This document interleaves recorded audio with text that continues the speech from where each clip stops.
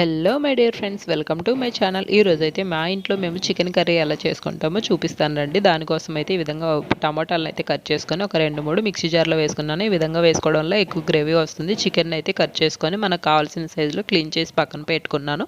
ఇప్పుడు స్టవ్ మీద ఒక గిన్నె పెట్టుకొని అందులో ఆయిల్ వేసుకొని ఆయిల్ వేడయ్యాక జీలకర్ర, పచ్చిమిర్చి, కరివేపాకు, పుదీనా వేసుకొని ఇవి బాగా ఫ్రై అయ్యే వరకు ఫ్రై చేసుకున్న తర్వాత ఒక పెద్ద సైజు ఉల్లిపాయను కూడా సన్నగా కట్ చేసుకొని వేసుకొని ఇది కూడా బాగా ఫ్రై అయ్యే వరకు ఫ్రై చేసుకోవాలి. ఈ లోపు ఇంకో స్టవ్ పైన నేను సంగటి కోసం అయితే పెట్టేసుకున్నాను. ఉల్లిపాయ ముక్కలు బాగా కలర్ మారిన తర్వాత ఒక టేబుల్ స్పూన్ అల్లం వెల్లుల్లి పేస్ట్ కూడా వేసుకొని పచ్చి వాసన పోయే వరకు అయితే ఫ్రై చేసుకోవాలి. ఇది బాగా ఫ్రై అయిన తర్వాత ఇప్పుడు ఇందులో ఉప్పు, కారం, పసుపు అయితే వేసుకొని మరొకసారి కలుపుకోవాలి. ఆయిల్లో కారం వేసుకుంటే కర్రీ కొంచెం కలర్ బాగా వస్తుంది, రెడ్ కలర్గా.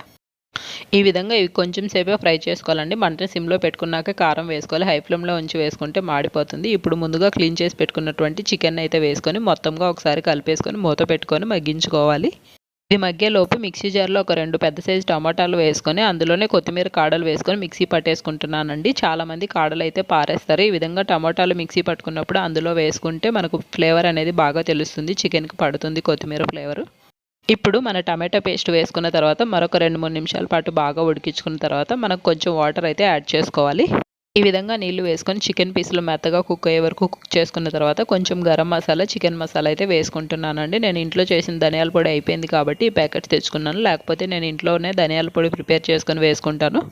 మసాలాలు వేసుకున్న తర్వాత మనకు కావాల్సిన కన్సిస్టెన్సీ వచ్చే వరకు మెత్తగా అయ్యే వరకు కుక్ చేసుకున్న తర్వాత సన్నగా కట్ చేసి పెట్టుకున్నటువంటి కొత్తిమీర ఆకులు ఉన్నాయి కదా, అవి కూడా వేసుకొని కలిపేసుకుంటే మన చికెన్ కర్రీ అనేది రెడీ అయిపోయింది. చికెన్ కర్రీ అయిపోయేలోపు ఇంకోవైపు సంగటి కూడా రెడీ చేసుకున్నానండి. ఈరోజు మా స్పెషల్స్ వచ్చేసి రాగి సంగటి, చికెన్ పులుసు. మరి మీరేం చేసుకున్నారో కమెంట్ చేయండి. నచ్చితే లైక్ చేయండి.